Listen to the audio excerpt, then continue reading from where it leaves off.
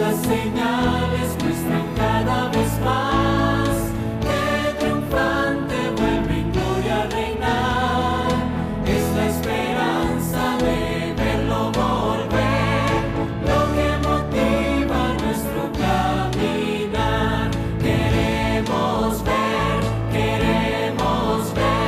a Cristo en las nubes que nos viene a buscar. Queremos ver a Cristo en las nubes que nos viene a buscar.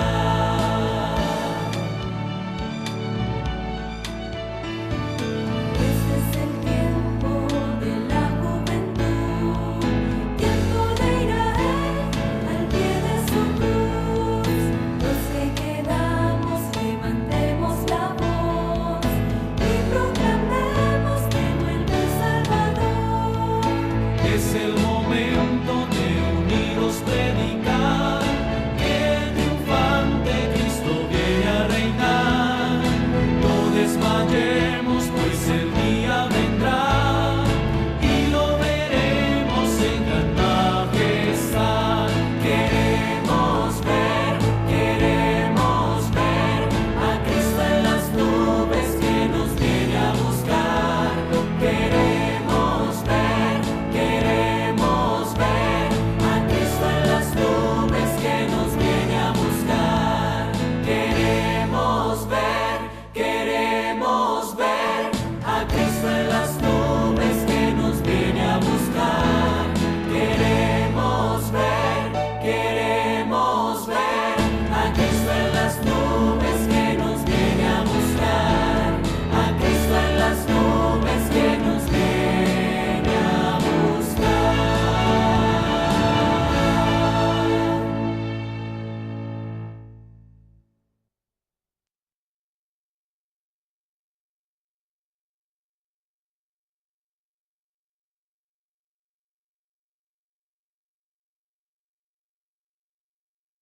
Queridos amigos, una vez más bienvenidos a la serie Cristo en el Santuario. Y el tema en esta oportunidad lleva por título La ruta submarina que lleva al cielo. Y tiene que ver con algo que también está contenido en las enseñanzas del santuario. Hemos estudiado que el ser humano, desde el tiempo del Edén, cuando fallamos en la obediencia a Dios, en aquella tentación de la serpiente, se perdió toda la raza humana. Según Génesis 3, versículo 1 al 6, la serpiente habló con la mujer, Eva, y le dijo: ¿con que Dios os ha dicho no comáis de todo árbol del huerto? Y dijo: no, de todo árbol podemos comer, mas del árbol que está en medio del huerto, dijo Dios, no comerás de él ni le tocaréis para que no muráis. Para Eva, ¿cuál era el árbol que estaba en medio del huerto? El árbol prohibido, el que producía la muerte. Pero realmente, ¿cuál era el árbol que estaba en medio del huerto? El árbol de la vida. Pero ya Eva había, el centro de la vida de Eva no era el árbol de la vida como Dios quería. El centro de la vida de Eva era la tentación que Satanás le estaba poniendo. Y Dios había dicho: el día que de él comieres ciertamente morirás. Obedecer a Dios significaba no comer del árbol. Pero la serpiente dijo: no moriréis, sino que sabe Dios que el día que comas serán abiertos vuestros ojos, sabrás el bien y el mal, y seréis como Dios. Y Eva tenía que elegir: obedece a Dios y no come, o podía también obedecer a la serpiente y arriesgarse, que tal que tenga razón, y yo voy a ser como Dios. Elegir entre Dios y la serpiente. ¿Y qué eligió Eva? La serpiente. Luego vino Adán: mi amor, ¿qué has hecho? No, mira, no me pasó nada, mira, no me he muerto. Y ahora Adán tenía que elegir entre Dios y Eva, y eligió a Eva. Ambos hicieron lo mismo. En una decisión tenían que elegir entre Dios u otra cosa, y ambos eligieron otra cosa. Cuando Pedro fue llevado ante el Sanedrín, en Hechos 4:19 y en Hechos 5:29 dice que le ordenaron que no predicara más en el nombre de Jesucristo. ¿Pero qué le había pedido Jesús? Id y predicad el evangelio a toda nación, tribu, lengua y pueblo. Así que el Señor mandaba a Pedro, id y predicad. Y en el Sanedrín le decían, no predique más porque como predique, eso lo matamos. Y Pedro ahora tenía que elegir igual que Eva, Dios o el Sanedrín. Pero Pedro esta vez, ya lleno del Espíritu Santo, del Pentecostés, Pedro dijo, es menester obedecer a Dios antes que a los hombres. ¿Cuánto hubiéramos dado, queridos amigos, que Eva hubiera respondido de esa misma manera? Serpiente, es menester obedecer a Dios antes que a la serpiente. Esa es la respuesta de nosotros siempre que tengamos dos caminos, el camino de Dios o el camino de la desobediencia. Debemos siempre recordar el ejemplo de Pedro. Es menester obedecer a Dios antes que a los hombres. En la entrada a la tierra prometida, 12 espías reconozcan la tierra, regresan. ¿Qué les dijo Dios? Entren y tomen posesión de la tierra, yo se las doy. 10 espías dijeron, no, nos matarán, los habitantes son altos, son de elevada estatura, las ciudades son altas, amuralladas, la tierra traga a sus moradores, Dios nos ha traído a morir, esto es una trampa, nos matarán a los hombres y nuestros niños y nuestras mujeres serán esclavos. No, esto es una muerte segura. Ahí tenían que el pueblo elegir, obedecer a Dios o a los 10 espías incrédulos. Y el pueblo eligió obedecer a los 10 espías incrédulos. Y podemos seguir en la Biblia mostrando tantos ejemplos de personas que tuvieron que elegir. Personas que tuvieron que en un momento de su vida tomar una decisión. La primera decisión fue en el árbol del Edén. Y desde entonces han venido decisiones tras decisiones. Nuestra vida es la sumatoria de nuestras decisiones. Mi esposa, cuando estaba en el colegio, allá me está viendo ella. Mi esposa estaba en el colegio estudiando sus últimos 2 años de bachillerato y allá en Medellín, donde ella estudió, tenía un noviecito. Claro, ella no me conocía a mí, ni yo la conocía a ella. Y tenía su novio. Pero este joven, a pesar de que estudiaba allá en el colegio adventista, no era de Dios, no quería nada con Dios, no le entregaba su corazón a Dios. Pero ella sí era bautizada desde niña. Y fueron novios varios años allá. Después ella se graduó y ella vino a su hogar en la costa y este joven era de otra ciudad. Y se fue para allá, para su ciudad. Y la mamá de ella no quería que su hija, que era cristiana, siguiera ese noviazgo con un muchacho del mundo, filisteo. Y ella decía, no, ese muchacho no te conviene, pero ella estaba enamoradísima. Ay, tenía unos ojos. Ajá. Ella me ha contado que unos ojos así, enamorada. Y la señora, la mamá le decía, mira, tu hermano se va a ir a estudiar a México, a Montemorelos, medicina. Vete también, yo les voy a pagar allá en Montemorelos para que estudien en México los dos, mis 2 hijos, para que se acompañen mutuamente. Y ella decía, ja, te quiere que me vaya para México, es para terminar con él, ¿verdad? Y no se quería ir. Y le estaban ofreciendo, vete para México, allá estudia. ¿Qué quiere estudiar? Medicina, bacteriología. Le damos los estudios. Y ella tenía que tomar una decisión. ¿Y sabe qué decidió? No me voy. Que se vaya mi hermano solo. Y el hermano se fue solo para México. Y ella dijo, yo voy a estudiar en Barranquilla, en la Universidad Metropolitana. Yo me voy para Barranquilla. Pero ¿cómo te vas a quedar aquí en Colombia teniendo la oportunidad de estudiar en México? No, yo no voy para México, yo quiero en Barranquilla. Allá voy a estar donde mi tía. Yo viviré donde mi tía y estudiaré bacteriología en la Metropolitana. Así que, sí señor, se fue para Barranquilla. Tomó la decisión de decir no a México y sí a Barranquilla y se fue para Barranquilla. Y adivinen a quién conoció en Barranquilla. ¿Ah? ¿Sí ven? Las decisiones. Tomó la decisión de ir a Barranquilla y en Barranquilla se matriculó en la universidad, fue a la iglesia de Maranata. Y entonces allá me conocí con ella, yo la conocí también. Y fue la decisión, nos hicimos amigos. Y a mí me gustó desde que yo la vi la primera vez. ¿Y sabe qué pasó? Cuando me dijo que tenía novio, me dio un rollo. Pero bueno, pasaron unos 2 años y las cosas fueron pasando, nos hicimos muy amigos y todas las cosas. Pero yo miro hoy hacia atrás y me pregunto, si ella hubiera decidido irse a estudiar en México, ¿sabe qué?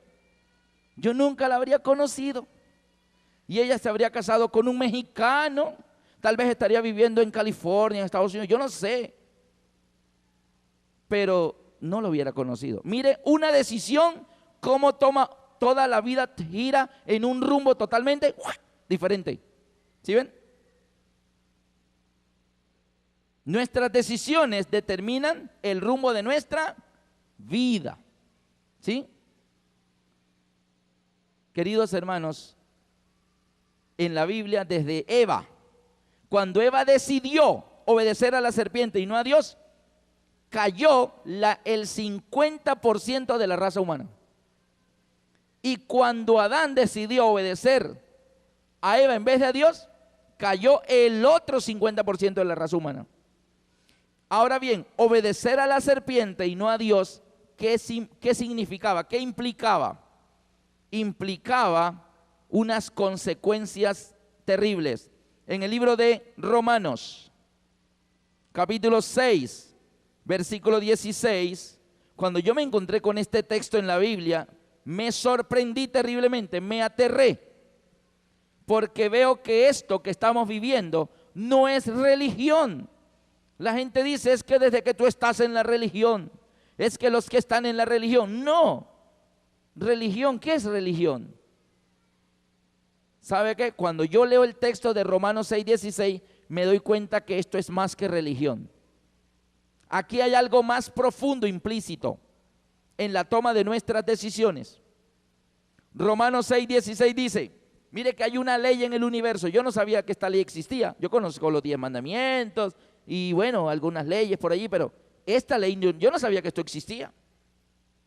Cuando la leí, entendí más por qué Dios está actuando como está actuando. Por qué Dios nos está salvando de la manera en que nos está salvando. Porque muchos creemos a veces saber más que Dios. ¿Y por qué Dios no destruyó a Satanás enseguida? Y si Dios sabía lo que iba a pasar, entonces ¿para qué hizo esto? Como quien dice, oye, yo sé más que Dios. Es que yo estuviera ya con Él en el trono, ya hubiera resuelto esto hace rato. Es que Dios no sabe, yo sí sé bastante. ¿Por qué Dios no hizo esto? ¿Por qué Dios no hizo aquello? ¿Sabes por qué?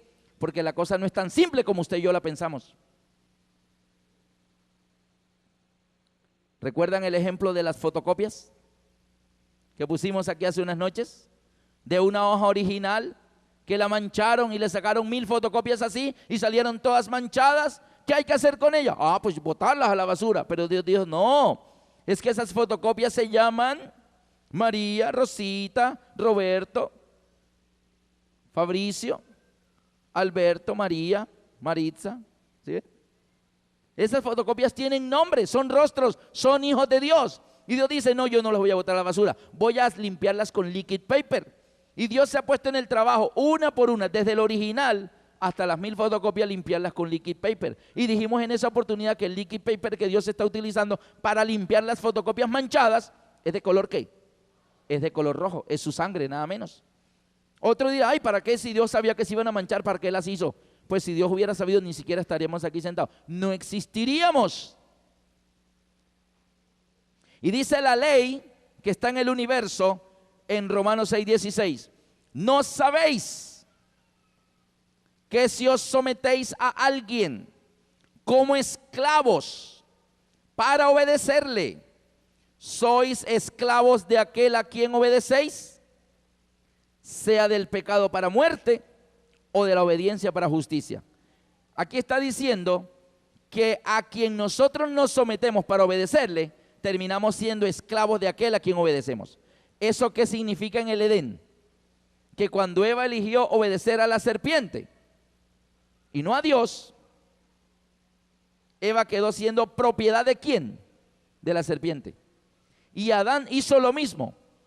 Queridos amigos, la decisión del Edén de obedecer algo diferente a Dios implica que nosotros pasamos a ser legalmente propiedad de la serpiente, de Satanás.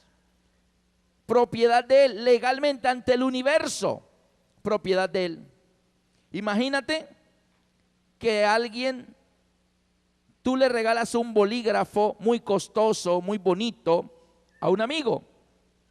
Mira, este es un regalo de tu cumpleaños, se lo das.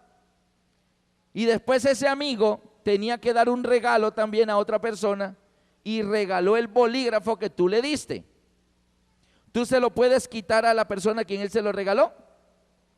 No. El otro se lo dio. Legalmente es dueño del bolígrafo quien lo recibió. Es un acto de mala educación, eso sí es verdad. Pero, tú se lo diste a ese amigo y él es el dueño. Él verá a ver qué hace con eso. Y él decidió regalarlo, tú no puedes impedirlo. Dios nos dio este mundo, nos dio la vida. Es un regalo de Dios. Y los seres humanos voluntariamente decidimos regalárselo ¿a quién? A Satanás. Y Satanás dice, yo no los obligué, son míos por su propia voluntad, yo no los obligué. Así que el texto de Romanos 6:16 está bien claro. ¿No sabéis que si os sometéis a alguien como esclavos para obedecerle, sois esclavos de aquel a quien obedecéis? Entonces este es el punto de esta noche. ¿A quién estás obedeciendo en tu vida diaria?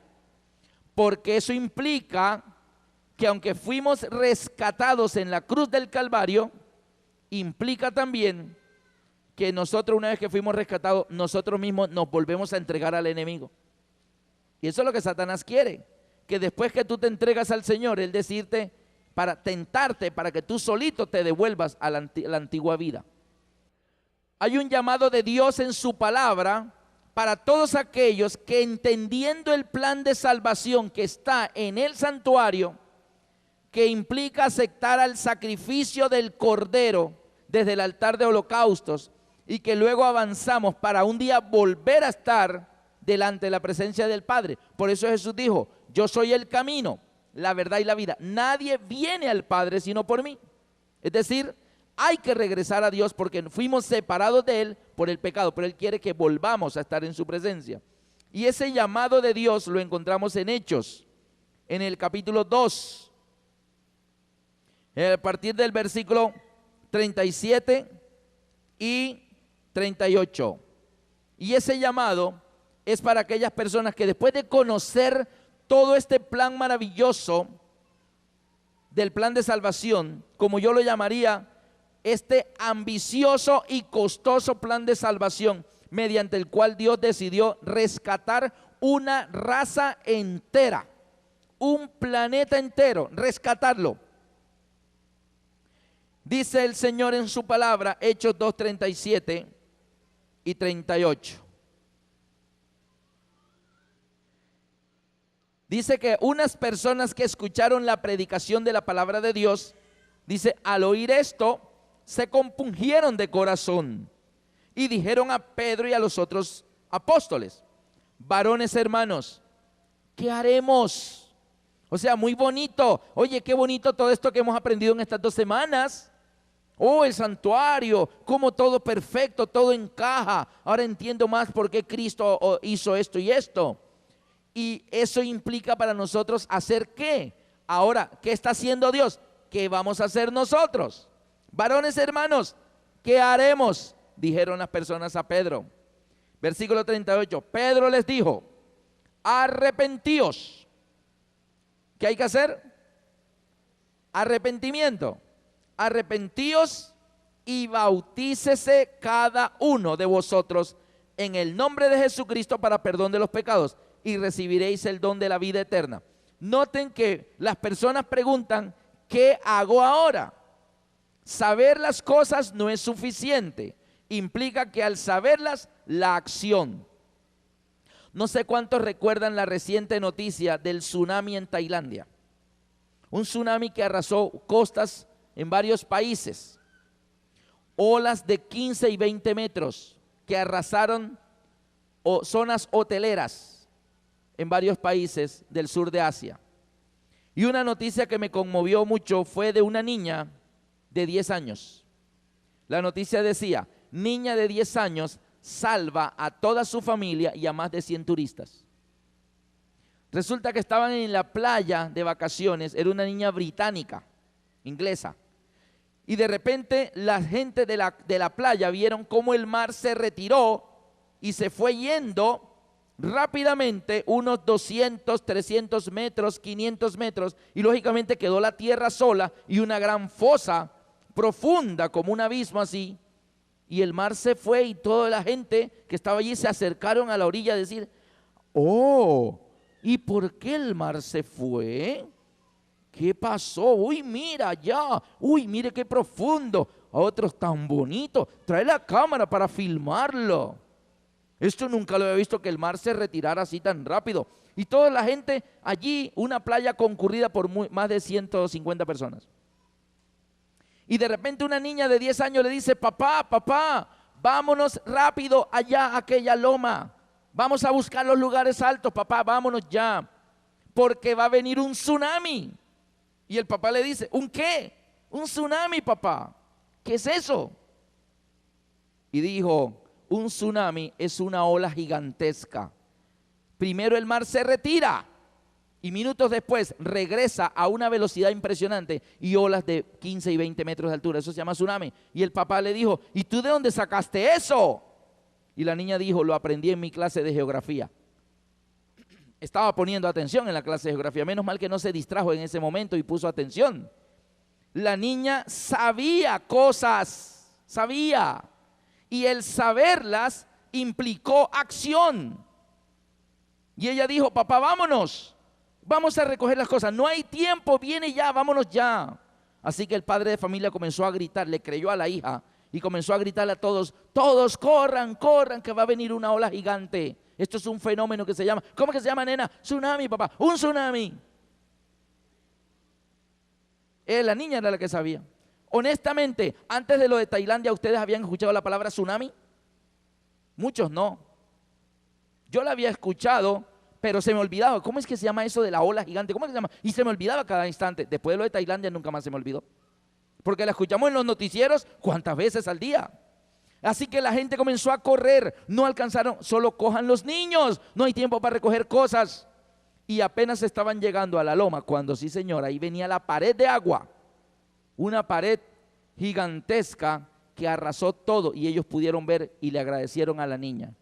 Saber implica acción. Hay gentes en este mundo que escuchan y escuchan y escuchan y escuchan la palabra de Dios y saben. ¿Y qué? Sí, yo sé. Cristo viene. Ajá. ¿Ya te bautizaste? No. Pero Cristo va a venir. Y tú sabes que los únicos que se van a salvar son los que se bautizaron. Sí. ¿Y entonces por qué no te has bautizado? Más adelante. Saben y no actúan. ¿Ustedes conocen la historia del ladrón adventista? No. El ladrón adventista. Jesús estaba en la cruz. ¿Y qué había a los dos lados de Jesús? Un malhechor y otro malhechor. Un ladrón y otro ladrón. Ambos ladrones.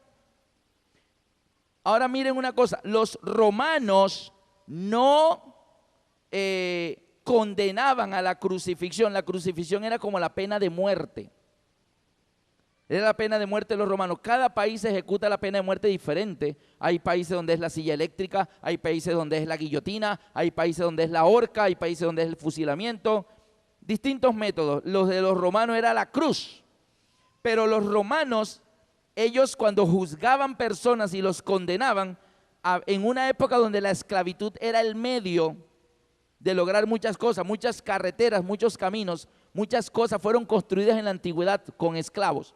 Entonces mucha gente que era condenada era sentenciada a la esclavitud. Esa era la sentencia.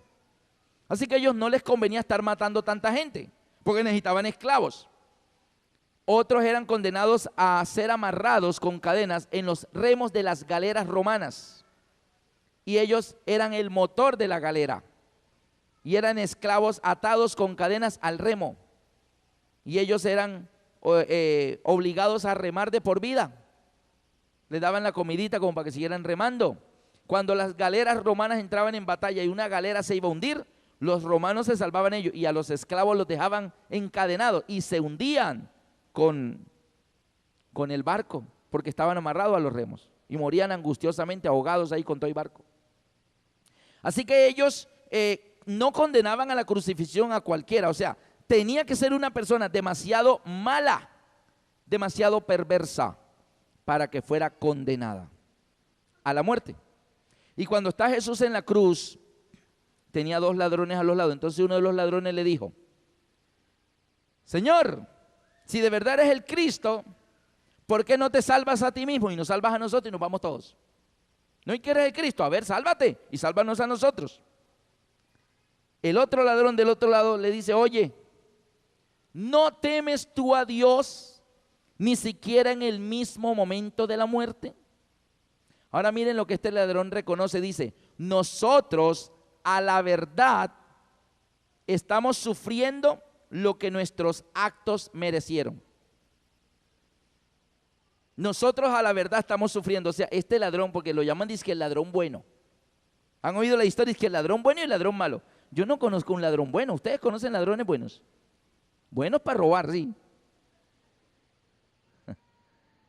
Queridos amigos, y este ladrón no era bueno. Él reconoce que no era bueno. Nosotros a la verdad estamos sufriendo lo que nuestros actos merecieron. O sea, de verdad nos merecemos esto. Cuando los romanos no crucificaban a todo el mundo, él dice: la verdad es que no me hayan condenado a las galeras, que no me hayan condenado a la esclavitud, que no me hayan condenado a las minas, a excavar piedra de por vida, sino que me dijeron: no, este hombre es tan malo que hay que matarlo. Y donde este ladrón dice: nosotros a la verdad estamos sufriendo lo que merecemos. Él sabía que no era ninguna 3 cosas buenas, ¿sí o no? Así que nosotros merecemos lo que nos está pasando, pero este justo ningún mal ha hecho. Él no ha hecho nada malo para que lo estén matando de esa manera. Y luego dice que el ladrón, ustedes saben la historia de lo que les estoy contando, está en la Biblia. Señor, le dice a Jesús. Señor, lo reconoció como el Señor. Título de grandeza: Jesucristo es el Señor. Y el ladrón lo llamó Señor. Fue el único. Pilato no lo llamó Señor. Herodes no lo llamó Señor. El Sanedrín, Anás y Caifás no lo llamaron Señor. Solo este ladrón lo llamó el Señor. Y le dice: Señor, acuérdate de mí cuando vengas en tu reino. ¿De qué evento le estaba hablando el ladrón a Jesús? De la segunda venida de Cristo. ¿De dónde sabía este hombre tan malo la segunda venida de Cristo? Sabía. Ahora bien, ¿cómo se llaman las personas que creen que Cristo viene pronto al mundo otra vez? Creen en el advenimiento. Así que ese ladrón que creía en el advenimiento, ¿era adventista o no era adventista? Sí, él era adventista, como lo fue Enoc, séptimo desde Adán. Viene el Señor con sus santas decenas de millares. Como David, vendrá el Señor y no callará, fuego consumidor irá delante de él, tempestad poderosa le rodeará. Salmo 50, el 3 al 5. David hablando de la segunda venida. Pablo diciendo: luego nosotros los que vivimos, los que hayamos quedado hasta la venida del Señor, seremos arrebatados juntamente con ella en la nube. Pablo era adventista. Creer en el advenimiento, eso es ser adventista. Tú crees en el advenimiento, eres adventista. El ladrón creía en el advenimiento. Señor, acuérdate de mí cuando vengas en tu reino. Se sabía el itinerario de Dios. Para que este ladrón le dijera a Jesús, nota que él no le está diciendo: Señor, bájame de la cruz ahora que me duelen mucho los clavos. No le está pidiendo que lo baje ahí. Le está diciendo es: acuérdate de mí cuando vengas. Cuando vengas en tu reino. ¿Qué sabía el ladrón que le está diciendo a Jesús que se acuerde de él cuando venga en su reino? Eso implicaba que el ladrón sabía: sé que eres el Señor, sé que hoy vas a morir, sé que no te vas a quedar muerto, sé que te levantarás de la tumba, sé que saldrás de la tumba, sé que te irás de este mundo, e irás a recibir tu reino. Y sé que no te vas a quedar allá y no vas a dejar acá. Sé que vas a venir con poder y gran gloria. Pues ese día, cuando vengas en tu reino, acuérdate de mí, por favor. Ese evento del cual el ladrón le estaba hablando a Jesús, ¿ya sucedió? ¿Está pasando o va a suceder? Todavía para nosotros está en el futuro, en un futuro cercano. Todavía no ha sucedido. Así que ¿dónde está el ladrón? Todavía está en la tumba. Pero Jesús, ¿qué le dijo? De cierto te digo hoy, estarás conmigo en el paraíso. ¡Wow! ¡Qué palabras! Si alguien en esta tierra murió con esa seguridad, este ladrón. Se lo dijo el propio Jesús. No se lo está diciendo el pastor, no se lo está diciendo el anciano de iglesia, no se lo está diciendo un misionero, se lo está diciendo el Rey del universo. Te lo digo yo, hoy te lo digo, estarás conmigo en el paraíso. Ahora la pregunta es, todo lo que este ladrón sabía, ¿de qué le sirvió?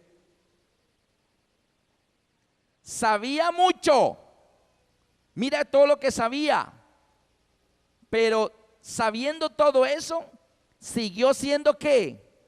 Ladrón, hasta que lo atraparon, lo encerraron, lo juzgaron y lo condenaron y aún murió. O sea, saber las cosas solamente no es suficiente. Ya sé, ya aprendí bastante estas 2 semanas, ya sé bastante. Y, queridos amigos, saber implica acción. Y estas personas le preguntan a Pedro en Hechos 2:37, varones hermanos, ¿qué haremos? ¿Qué hay que hacer? Yo me imagino a la niñita en las playas de Tailandia, la niñita británica. ¿Qué es un tsunami? ¿Una ola grande? Ya, listo, ya sé bastante, sé que es un tsunami. Pero el papá le dijo, ¿y qué hay que hacer? Dijo, papá, hay que salir corriendo a la loma más cercana. Dijo, pues vamos para la loma más cercana. Saber y no haber corrido, ¿qué implicaba? La muerte. Saber y no actuar en base a lo que sabes, la muerte. Un ejemplo bien sencillo. ¿Sabemos que cuántos vasos de agua nos tenemos que tomar diario? ¿Cuántos? 8. Hoy te tomaste 8 vasos de agua. Es que se me olvida. Es que, ¿sí? Sabemos. Y cuando estés enfermo los riñones, ¿de qué te sirve ser de los privilegiados que sabes que hay que tomar 8 vasos de agua al día mínimo? ¿De qué sirve saberlo y tus riñones están enfermos? O sea, saber solo no es suficiente. Hay que actuar en base a lo que sabemos. Así que estas personas dicen, ¿qué haremos, varones hermanos, qué haremos? Y le dijeron, pues, ¿quieren saber qué hay que hacer? Arrepentíos y bautícense cada uno de vosotros en el nombre de Jesucristo para perdón de los pecados. ¿Hay alguien por aquí interesado en el perdón de los pecados? ¿Hay alguien? Yo no veo las manos. Ok, para todos los que están interesados en el perdón de los pecados, aquí dice cómo es. Arrepentirse, bautizarse en el nombre de Jesucristo y recibimos el perdón de los pecados y el don del Espíritu Santo. Entonces, si eso es lo que hay que hacer, ¿qué esperas? Pero es que lo dijo Pedro. ¿De dónde sacó Pedro que había que bautizarse? Bautizarse significa ser sumergido en el agua, totalmente, como Jesús en el Jordán.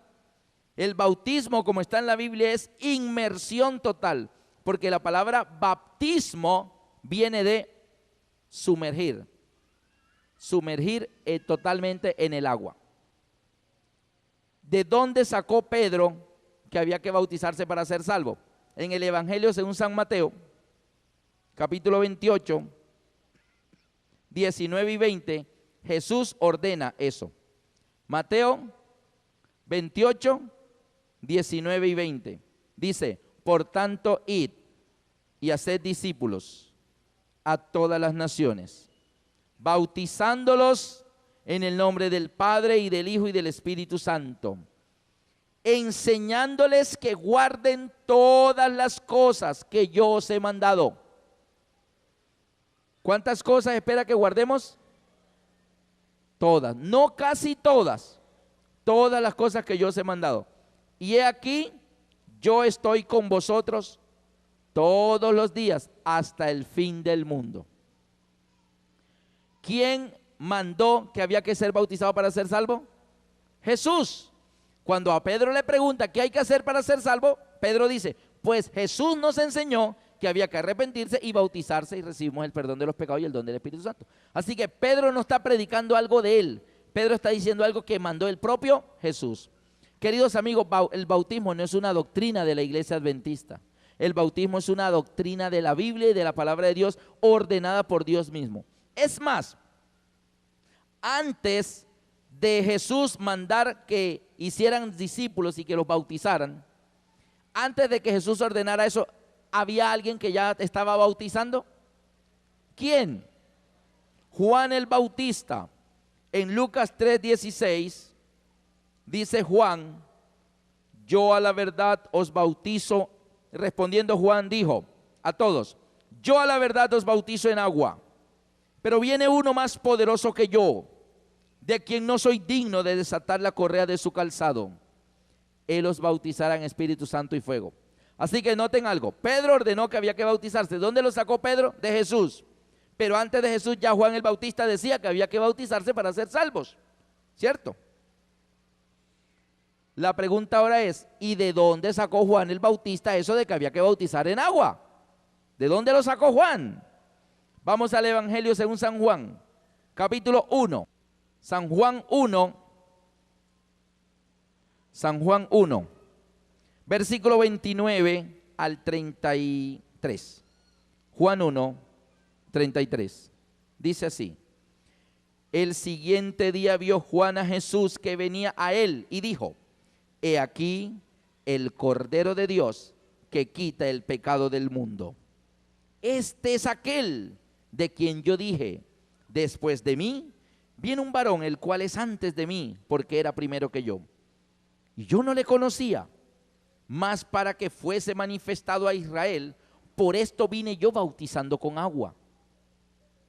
También dio Juan testimonio diciendo, vi al Espíritu Santo. Nota que Juan no sabía de toda la multitud quién era el Mesías.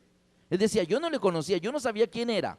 Pero dice que había una señal para que él reconociera quién era el Mesías. Dice, vi al Espíritu Santo que descendía del cielo como paloma y permaneció sobre él. Y yo no le conocía, versículo 33, y yo no le conocía, ojo con esta parte, pero el que me envió a bautizar, o sea que no fue que a él se le ocurrió, ay, voy a inventarme esto de un bautismo. No, alguien mandó a Juan el Bautista que bautizara y dice, yo no le conocía, pero el que me envió a bautizar con agua, aquel me dijo, sobre quien veas descender el Espíritu y que permanece sobre él, este es el que bautiza con el Espíritu Santo. Y yo le vi y he dado testimonio de que este es el Hijo de Dios. Noten que había una señal previa. Juan el Bautista predicaba y bautizaba con agua, pero estaba echando ojo, estaba mirando allí a la multitud, porque alguien le había dicho con anticipación, sobre quien veas descender el Espíritu Santo en forma de paloma y que se pone sobre él, ese es el Hijo de Dios. ¿Quién era el único que sabía que cuando el Hijo de Dios fuera bautizado, el Espíritu Santo vendría en forma de paloma sobre él? ¿Quién era el único que sabía eso? ¿Quién? Juan el Bautista. Pero ¿quién lo sabía antes que se lo dijo? Mira, Juan, el que tú veas que el Espíritu Santo viene del cielo en forma de paloma y se pone sobre él, ese es el Padre, Dios, porque el Hijo estaba ahí entre la multitud. El Espíritu Santo está en forma de paloma descendiendo. El propio Dios Padre fue el que en inicios dio la orden de que había que bautizarse con agua, queridos amigos. ¿Qué hay que hacer? Arrepentirse y bautizarse. ¿Quién lo ordenó? No fue Pedro, no fue el propio Jesucristo, ni siquiera fue el propio Juan el Bautista. ¿Fue quién? El Rey y soberano del universo. Dios Padre ordenó que había que bautizarse con agua. Queridos amigos, eso lo sabemos ahora. Ay, no es que los adventistas ahí tienen que bautizar a la gente. No, hermano, no son los adventistas. Es Dios el que ordenó que como una señal de obediencia a Dios para ser salvo, dice, ok, Si el pecado es una acción, una decisión que tomamos, Dios espera que si quieres ser salvo, también seas capaz de tomar una decisión. Pero muchos somos muy fácil para decidir pecar, pero somos muy difícil para decidir arrepentirnos. Y mucho más difícil para decidir dar ese paso visible de acción, de dar el paso del bautismo. ¿Qué tan importante es el bautismo, queridos amigos? Marcos 16, 16. Dice Jesús allí. Marcos 16, 16. Noten desde el versículo 15. Marcos 16, 15 y 16 dice: y les dijo: id por todo el mundo y predicad el evangelio a toda criatura. Palabras de Jesús. El que creyere y fuere bautizado será salvo, mas el que no creyere será condenado. El bautismo era necesario para la salvación. Creer y ser bautizado. Si una persona cree y no se bautiza, es como la niña que dice: papá, va a venir un tsunami. Es una ola gigantesca y terrible, ¿oíste? Ah, bueno, vamos a esperarla aquí. Y se quedan ahí. La paga de esa decisión, aunque sabían, ¿era cuál? Morir. Así que saber implica actuar en base a lo que sabemos. Antes de Juan el Bautista ya había bautismo. El apóstol Pablo lo dice en el libro de Primera de Corintios, capítulo 10, en el versículo del 1 al 4. Mire desde dónde viene el tema del bautismo. El bautismo no nació ni siquiera con Juan el Bautista. El plan de salvación siempre ha sido el mismo. Primera de Corintios 10, 1 al 4. Porque no quiero, hermanos, dice Pablo, que ignoréis que nuestros padres todos estuvieron bajo la nube y todos pasaron el mar. ¿De qué episodio está hablando Pablo allí? Dice que todo el pueblo estaba bajo la nube y todos pasaron el mar. ¿Qué evento? El éxodo y el paso del mar rojo. Y dice el versículo 2, y todos en Moisés fueron ¿qué? Bautizados en la nube y en el mar. Y todos comieron el mismo alimento espiritual y todos bebieron la misma bebida espiritual, porque bebían de la roca espiritual que los seguía, y la roca era Cristo. Aún ahí tenemos el bautismo. El pueblo de Israel era esclavo de Egipto, como nosotros somos esclavos del pecado por Satanás. Ahora bien, el pueblo fue libre. Estudiamos esta semana en el tema de la Pascua, qué fue lo que le dio la libertad. ¿Se acuerdan las plagas de Egipto? ¿Cuál de esas plagas le dio la libertad al pueblo? Ninguna. Ninguna plaga logró la libertad. Dios le mandó sangre del río Nilo y Faraón dijo: no se van. Le mandó ranas, piojos, úlceras dolorosas y Faraón dijo: no se van. Le mandó 3 días de tiniebla, le mandó langosta, le mandó moscas, le mandó granizo y Faraón dijo: no se van. Le mandó muchas plagas, muerte, ganado, todo eso se acabó. Egipto estaba destruido y Faraón decía: no se van. ¿Cuál fue el acto que logró que Faraón dijera: váyanse? La muerte, cuando los primogénitos estaban en peligro de morir. Y Dios dijo: la única manera que no mueran sus primogénitos es que en su casa maten un cordero. Acuérdense que la salvación es por sustitución. Desde el principio lo estamos diciendo. Todo primogénito morirá. Ahora bien, como la salvación es por sustitución, si usted acepta al Salvador, que es el Hijo de Dios, entonces toma un cordero que es el que lo representa, un símbolo. Y si el cordero muere en su casa, entonces el primogénito no tiene que morir, porque el cordero murió por él. Y para yo saberlo, porque como sé allá adentro quién aceptó el cordero y quién no, me ponen la sangre en la puerta. Donde yo pase y vea la sangre en la puerta, ahí no entro, porque sé que en esa casa aceptaron al cordero para que el cordero muriera en lugar de su hijo. Entonces no le mataré al hijo. Pero en la casa donde yo pase y no vea la sangre en la puerta, entenderé que en esa casa no aceptaron a mi hijo. No lo aceptaron porque no veo el símbolo de su muerte allí afuera, no lo veo. Y donde yo no lo vea, yo entro y sus primogénitos morirán. Así que cuando los primogénitos iban a morir, Dios permitió que el cordero muriera en lugar de los primogénitos. Y esa sangre derramada, al día siguiente, libertad. Faraón dijo: váyanse de esta tierra. Así que noten que el proceso de la salida de la esclavitud es aceptar al Cordero. En el santuario tenemos eso. En el santuario tenemos el mismo proceso a través de los símbolos del santuario. Vamos a ver una lámina donde están las partes del santuario. Y para ser salvo, el primer paso es aceptar ¿qué? La muerte del Cordero, el altar de sacrificios. ¿Qué fue el primer paso de la salida de la esclavitud de Egipto? Que el Cordero muriera en la Pascua. Pusieron la sangre en la puerta, no murieron los que estaban sentenciados a morir, no tuvieron que morir y al día siguiente libres. Ahora bien, aceptaron la sangre del Cordero, aceptaron a Cristo, creyeron. Entonces el pueblo de Israel cree en el Cordero y salen 3 días de camino y llegan al Mar Rojo.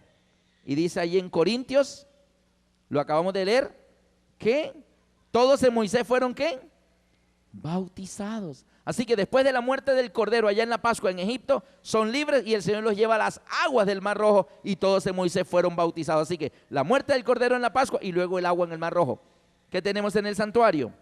Tenemos la muerte del Cordero en el altar de sacrificio, como en Egipto. Y enseguida el Mar Rojo, pero ahí estaba, ahí Dios no podía poner el Mar Rojo. ¿Qué ponía? Un símbolo, la fuente de agua. Y allí se cumple Marcos 16, 16. El que creyere, muerte del Cordero, y fue bautizado, la fuente de agua, será salvo. Si tú no te quieres bautizar, porque no, es que lo que pasa es que, tú sabes, van a decir mis amistades, es que si me bautizo después no puedo tomar Coca-Cola. Te vas a perder por una Coca-Cola.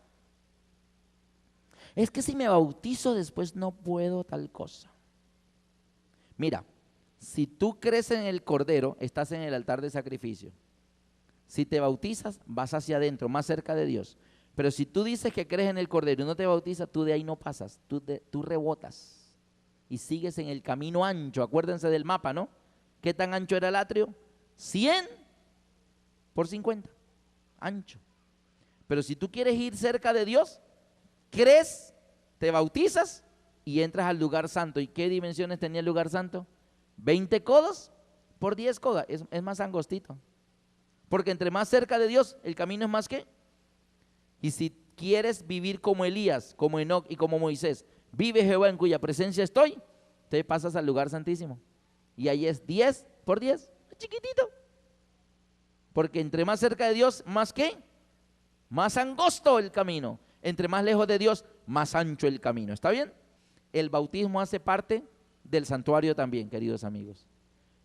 Dios lo puso como parte del plan de salvación. Ahora yo quiero que miremos una cosita importante que tiene que ver. La Biblia dice que Jesús nos dejó ejemplo para que sigamos sus pisadas. Noten que el bautismo es para perdón de los pecados. Y si el bautismo era para perdón de los pecados, ¿por qué Jesús se bautizó? ¿Jesús tenía pecados? No. ¿Jesús necesitaba bautizarse? No. No necesitaba. Y la Biblia dice que cuando Jesús llegó donde Juan a bautizarlo, Juan le dijo, yo estaba esperándote para que tú me bautizaras a mí y tú vienes a mí. Y Jesús le dijo, deja ahora, Juan, es necesario que cumplamos toda justicia. Y Juan no lo quería bautizar y Jesús dijo, deja ahora, es necesario, debo cumplir toda justicia, bautízame. Y aunque Jesús no necesitaba el bautismo, se bautizó. Y si Jesús, que no tenía pecado, peleó, insistió con Juan el Bautista, que no lo quería bautizar, y se bautizó. ¿Cómo es posible que haya personas que digan, yo creo en Dios, pero tengo que bautizarme? Pues sí, la Biblia dice que sí, porque el plan de salvación lo pone Dios, no nosotros. Si tú te caes en un hoyo, en un hueco en la tierra a 10 metros de profundidad y comienzas a gritar que te saquen de ahí y pasa alguien y te dice, ¿qué quiere? Por favor, sáqueme. Y dice, bueno, aquí tengo una cuerda, y te lanza la cuerda, agárrese, señor, que lo voy a sacar. Tú te imaginas que la persona que está allá abajo dice, pero yo no quiero cuerda, yo quiero escalera. ¿Ustedes creen que él está en posición para exigir? El de arriba le dice, mira, solo tengo esa cuerda, Decídete si vas a subir porque tengo mejores cosas que hacer. ¿Es cuerda o nada? No tengo más nada, no hay escalera. ¿Te vas a subir o no? El que está arriba puede darse ese lujo. Él pone las condiciones. El Señor dice, mira, la salvación es el que creyere y fuere bautizado será salvo. Ay, pero me tengo que bautizar y yo no puedo, pues nada más asistir a la iglesia y vengo todos los sábados y yo, pero sin bautizarme. No, el Señor dice, no, el plan es así. Porque te tendrías que saltar eso y en el santuario no se puede saltar nada. Ni siquiera se lo saltó Jesús. Ahora la pregunta es, si la Biblia dice que Jesús, aunque no necesitaba porque no tenía pecado y se bautizó, ¿cuánto más nosotros que somos pecadores? ¿Sí o no? 1, 2. La Biblia dice que Jesús actuó de tal manera, dice que nos dio ejemplo para que sigamos sus pisadas. Y si Jesús nos dio ejemplo para que sigamos sus pisadas, por eso Él se bautizó. Pero hay algo que a mí no cuadra aquí en lo que estamos estudiando del santuario. Es que el plan de salvación, el camino de regreso a Dios es el que creyere en el altar de sacrificio, muerte del Cordero, Cristo, y fuere bautizado a la fuente de agua, el bautismo, será salvo. El que creyere y fuere bautizado. En el plan para nosotros debemos primero ir a la cruz, llegar a los pies de Cristo en la cruz y decir, Señor, aquí traigo mis pecados. Y después que aceptamos el sacrificio de Cristo en la cruz, en el altar de holocaustos, pasamos a la fuente de agua y nos bautizamos. En ese orden, primero aceptas a Cristo, después te bautizas para ser salvo. Pero Jesús, noten que lo hizo al revés. Jesús lo hizo invertido.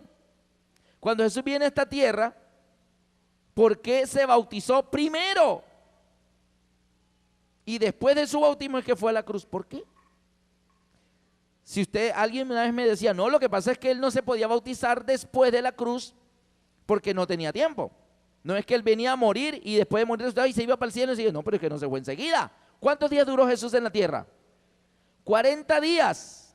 Así que Jesús hubiera podido morir en la cruz, al tercer día se levanta resucitado y en alguno de esos 40 días va al Jordán, Juan le bautiza para entonces irse para el cielo y decirnos, ¿se dan cuenta? Ese es el camino. Primero acepten la cruz, luego se bautiza y vienen detrás de mí, porque ejemplos he dado para que sigan mis pisadas. Y ese era el orden, seguir las pisadas de Jesús, la cruz, el bautismo y voy detrás de Jesús. Pero ¿cómo vamos a seguir las pisadas de Jesús si Él lo está haciendo? ¿Cómo? Al revés. ¿Por qué nosotros primero vamos a la cruz y entregamos nuestros pecados, luego nos bautizamos? Y Jesús primero se bautizó y después fue a la cruz. ¿Por qué? La respuesta está ¿dónde? En el santuario. Mírenlo, ahí está. ¿En qué parte del santuario estaba la presencia de Dios? ¿En qué parte? ¿Cómo se llamaba el último lugar allá? Lugar santísimo. ¿Quién estaba allá? Dios Padre, entre los dos querubines, sobre el arca, entre los querubines, ¿cierto? Allá estaba Dios. ¿Ya vieron por qué Jesús primero se bautizó? Y después vino a la cruz. Y nosotros primero vamos a la cruz y después nos bautizamos. ¿Ya lo vieron? ¿Sí? Muy sencillo. Cristo estaba en el cielo. Juan 1:1 lo dice, en el principio era el verbo. El verbo estaba con Dios. ¿En dónde, pastor? Allá. El verbo estaba con Dios y el verbo era Dios. Y luego dice Juan 1:14, y aquel verbo fue hecho carne y habitó entre nosotros. O sea que Él dejó aquel lugar a la diestra del Padre y viene abandonando ese lugar donde todo era ángeles y querubines, viene, abandona las cortes celestiales y viene a este mundo. Y viniendo de allá para acá, ¿qué encuentra primero? Si Él viene de adentro del santuario, de donde está Dios, Él viene a buscarnos a nosotros. Lo primero que encuentra en el recorrido es la fuente de agua. Por eso Jesús dijo, deja Juan, es necesario que cumplamos toda justicia. No es que voy pasando por aquí, porque voy para la cruz. No me la puedo saltar. Así que Jesús se bautiza en la fuente de agua y va al altar de holocaustos y muere en la cruz. Pero ¿dónde estamos nosotros? Los pecadores, ¿dónde andamos? Por acá afuera, lejos de Dios. Y si tú quieres volver al Padre, ¿cuál es tu camino? Vienes, te entregas a Dios, aceptas su sacrificio, aceptas confesar tus pecados sobre el Cordero, Cristo Jesús, crees, te bautizas y eres salvo. Lo que quiere decir, queridos amigos, sea de ida. La ruta pasa por el agua. Creer, ser bautizado, salvo. Sea de ida, la ruta pasa por el agua. Y sea de venida, ¿qué pasa? También pasa por el agua. Queridos amigos, sea de ida o de venida, pasa por el agua. Jesús de venida pasó por el agua. Nosotros de ida tenemos que pasar por el agua. ¿Por qué no te bautizas? ¿Tú quieres ser salvo? ¿Ya sabes todas estas cosas? La pregunta es, ¿y ahora qué hago? Lo que dice Pedro, lo que dice Jesús, lo que dice Juan el Bautista, lo que dice Dios, lo que dice Moisés, lo que dice Pablo, es que la ruta de la salvación pasa definitivamente por el agua. Y yo quiero terminar con un pasaje que está en Primera de Juan 5. Primera de Juan 5, 6 al 8. Este es Jesucristo, que vino mediante agua y sangre. ¿Por qué dice que Jesucristo vino mediante agua y sangre? Noten que Él viene. Y al venir, ¿por dónde pasó? Pasó por el agua y luego vino a derramar su sangre. Este es Jesucristo, que vino mediante agua y sangre en su recorrido de venida de para acá. No mediante agua solamente, sino mediante agua y sangre. Es decir, Él no se quedó en una parte del recorrido, Él fue hasta donde tenía que ir para lograr la salvación de nosotros. No mediante agua solamente, sino mediante agua y sangre. Y el Espíritu, ¿cuál de los muebles del santuario representa el Espíritu Santo? El candelabro, que está en el lugar santo. Entonces dice así, y el Espíritu es el que da testimonio, porque el Espíritu es la verdad. Porque tres son los que dan testimonio en el cielo: el Padre, el Verbo y el Espíritu Santo. Y estos tres son uno. ¿Dónde estaban en el santuario representados el Padre, el Verbo y el Espíritu Santo? ¿Dónde en esos muebles está los tres que son uno? Dice, porque tres son los que dan testimonio. ¿Dónde? En el cielo. ¿Qué parte del santuario representaba eventos en el cielo? Lugar santo y lugar santísimo. El atrio, ¿eventos dónde? En la tierra.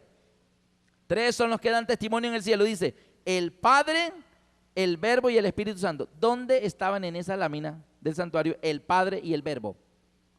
¿Se acuerdan del tema del trono de Dios? La mesa de los panes, que representa el trono. Así que allí estaban en el lugar santo, la mesa de los panes. Uno de esos es el Padre y el otro es el Verbo. Padre y el Hijo en el trono, el Hijo a la diestra del Padre. Ahora, delante del trono ardían ¿qué? 7 lámparas de fuego. ¿Y dónde están las 7 lámparas de fuego? Delante del trono. ¿Y qué representan las 7 lámparas de fuego? El Espíritu Santo. Así que tres son los que dan testimonio en el cielo: el Padre, el Verbo y el Espíritu Santo, ¿cierto? Y los tres son uno, claro, Padre, Hijo y Espíritu Santo, un solo Dios verdadero. Pero él dice el siguiente texto, y tres, el 8, y tres son los que dan testimonio en la tierra. ¿Cuáles son los que dan testimonio en la tierra? Dice, el Espíritu. ¿Y por qué comienza con el Espíritu? Si la tierra está representada por el atrio, y en el atrio solamente habían dos muebles: altar de holocaustos, fuente de agua y no más. Pero nota que dice, tres son los que dan testimonio en la tierra: el Espíritu, el agua y la sangre. Y estos tres concuerdan. En el atrio podemos ver que ahí están dos: el agua y la sangre. ¿Sí ven? Dice el versículo 8, tres son los que dan testimonio en la tierra: el Espíritu, el agua y la sangre. ¿Qué vemos en la tierra allí? El agua y la sangre. Pero yo no veo el Espíritu. El Espíritu lo representa ¿cuál mueble? El candelabro de 7 brazos, que está inicialmente ¿dónde? En el cielo, pero que no se quedó en el cielo, sino que fue ¿qué? Enviado a la tierra para convencernos a los que estamos acá lejos que por favor aceptemos la sangre y el agua para volver a Dios. Y notemos que ahora el Espíritu Santo se convierte en un elemento clave, casi que en el eslabón entre el cielo y la tierra. Noten que el Espíritu Santo está contado entre los tres del cielo: el Padre, el Verbo y el Espíritu Santo. Y está contado entre los tres de la tierra: el Espíritu, el agua y la sangre. ¿Cuál es el elemento que se repite? El Espíritu Santo, queridos hermanos. ¿Qué quiere decir esto? Que la labor el primer paso para el bautismo es el arrepentimiento. Nadie se bautiza sin arrepentimiento. Y si tú estás dando vuelta y tú todavía no aceptas el bautismo, es porque tienes problema para aceptar el arrepentimiento. Toda persona que acepta el arrepentimiento, ¿sabe qué pasa? Se bautiza. Ahora bien, ¿por qué no aceptamos el arrepentimiento? Porque estamos luchando ¿contra quién? El que ha sido enviado a la tierra para convencernos de pecado, de justicia y de juicio. Sin el Espíritu Santo nadie se arrepiente. Y nadie, si no se arrepiente, se bautiza. Y si no te bautizas, no eres salvo. Así que el punto no es me bautizo o no me bautizo. El punto es, ¿estoy realmente arrepentido? Me arrepiento de todo. ¿Sabe por qué algunas personas no se bautizan? Ay, lo que pasa es que viene la fiesta estas fiestas de este fin de semana. Sí, imagínate, y me bautizo yo justo cuando viene la fiesta. Es que si me bautizo después tengo que dejar de tomar esto o de hacer aquello. Esa persona que considera decirle a Dios todavía no, está demasiado pegado a cosas del mundo, ¿sí o no? Y no está del todo arrepentido, por eso dice Dios, espérate, todavía no, déjame otro ratico. No está arrepentido, está demasiado pegado allá a las cosas de allá. Por eso el primer paso es el arrepentimiento, hermanos. ¿Y el arrepentimiento lo da quién? El Espíritu Santo en los corazones de todas las personas. Él es el que nos convence de pecado, de justicia y juicio. Por eso 3 son los que dan testimonio en la tierra: el Espíritu, el agua y la sangre. Lo del agua y la sangre ya lo tenemos bien claro, pero ¿y el Espíritu? El Espíritu está tocando tu corazón ahora mismo para que aceptes a Jesucristo como tu Salvador personal. Finalmente les quiero contar una breve ilustración. Cristo está hoy intercediendo ante nuestro Padre Celestial en la penúltima etapa del itinerario de Dios, el día de la expiación. Y pronto ese incensario que está lleno de incienso para añadirlo a las oraciones de los santos que confesamos los pecados, será lleno del fuego del altar y será arrojado a la tierra con violencia y se convertirá en elemento de juicio. Y cuando ese juicio llegue, Jesús no dejará más el abogado defensor. Ya no tendremos más abogado para con el Padre Jesucristo el justo, porque Cristo ya no será más abogado, sino que se cumplirá Juan 5:28, porque el Padre a nadie juzga, sino que todo el juicio lo dio ¿quién? A su Hijo. Una señora recibió un comunicado de la corte donde le decían: usted tiene este asunto pendiente con la justicia, usted tiene que comparecer en un juicio, y le daban una fecha, pero la fecha era dentro de 11 meses. Así que la señora dijo: eso está lejos, tengo cosas más urgentes que hacer. Así que se dedicó a hacer las cosas urgentes y estaba muy metida en sus asuntos, y estaba tan metida en asuntos que no se fue dando cuenta que el tiempo estaba pasando. Y entonces, cuando recordó aquella citación, volvió a mirar la fecha y faltaban 3 meses. Así que dijo: tengo que buscar un abogado. Por aquí yo he visto un letrero, un abogado. Fue: señor abogado, mire, necesito contratarlo para este caso. El abogado miró todo el caso que se trata y dijo: no, señora, yo no me meto en ese caso, eso es caso perdido, usted está perdida ahí. ¿Cómo que estoy perdida? Necesito un abogado. Usted no es abogado, defiéndame. Sí, pero yo no voy a dañar mi nombre profesional para perder ahí con el caso suyo. No, yo no la puedo defender, busque a otro. Y buscó a otro: señor, defiéndame. No, este caso es muy difícil. No. Y acudió a varios y todos le daban la misma respuesta, que no era un caso que ellos querían entrar porque era un caso perdido. Pero alguien le dio esperanza y le dijo: señora fulana, hay un abogado que es el único que tiene la capacidad para sacarla de este problema. Ese abogado, pero él no vive en esta ciudad. Donde sea, yo voy donde sea. Ya faltaban apenas 3 semanas para el juicio. Y entonces le dieron el nombre y ella llamó, hizo la cita y tomó un avión y se fue a la otra ciudad. Y llegó a la cita a las 11 de la mañana. Y dijo: señor abogado, vengo para que me defienda en este caso. El hombre tomó los documentos, los revisó y la miró y le dijo: señora, ¿por qué vino hoy? ¿Por qué no vino ayer? Ayer. No, es que está muy ocupada, pero entonces mire, yo ayer no tenía, y hasta que alguien me dio su nombre. Defiéndame, dígame que sí, porque todos me han dicho que usted es el único que puede. Dice: señora, yo la podría sacar de esto, Bueno, sáqueme, yo le pago lo que quiera. No puedo, señora. Es que usted viene hoy a las 11 de la mañana y yo quiero que mire esta carta. Esta carta me llegó ayer a las 6 de la tarde. Y en esta carta la corte me nombra el juez de su caso. Yo voy a ser el juez donde yo voy a juzgarla a usted. Y era el único que la podía, ¿qué? Defender. Queridos amigos, el plan de salvación está expuesto ante ustedes. Todo lo que hemos visto en 2 semanas, muy lindo. El amor de Dios en su máxima expresión. Símbolos exactos, fechas exactas. Pero nos enseñan que Cristo es nuestro Salvador solamente si tú lo aceptas. Y para tú aceptarlo te tienes que arrepentir y bautizarte. El que creyere y fuere bautizado será salvo. Ahora bien, Cristo hoy es el abogado defensor y dice: vengan a mí todos los que quieran y yo los defiendo. Pero un día, dentro de no mucho tiempo, el tiempo de gracia se va a cerrar. Y el que estaba destinado a ser nuestro abogado defensor se va a convertir ¿en qué?